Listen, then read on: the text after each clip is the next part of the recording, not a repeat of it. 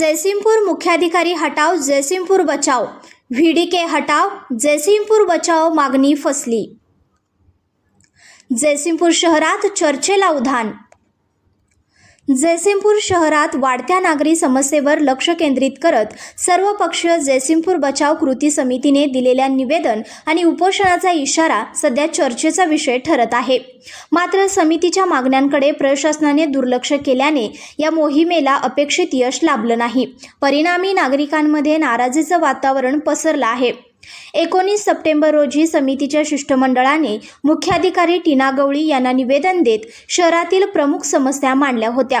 त्यात प्रामुख्याने शहरात कचऱ्याचे वाढते ढीग, खासगी कंपनीकडे संकलनाचा ठेका असतानाही स्थिती दयनीय, मोकाट जनावरांचे हल्ले, नागरिकांची सुरक्षितता धोक्यात, विस्कळीत पाणी पुरवठा, जलस्रोत असूनही नागरिकांना पाण्यासाठी वणवण, बंद स्ट्रीट लाईट्स आणि अधुरी भुयारी गटारीची कामे यामुळे रस्त्यावर चिखल व अडथळे, हातगाड्या व खोकींमुळे पेगविन ब्लॉक रस्त्यावर अडथळे, अपघाताचे प्रमाण वाढले आहे।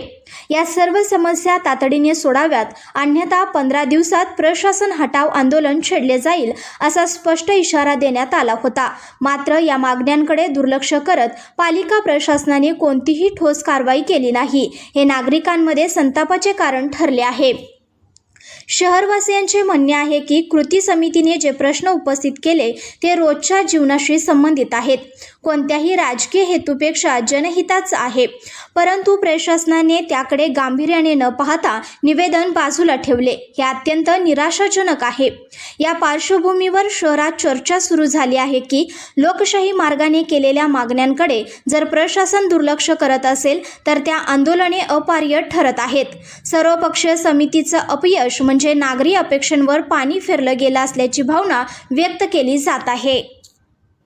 संघर्ष या न्यूज चॅनलला लाईक करा, शेअर करा आणि सबस्क्राईब करा।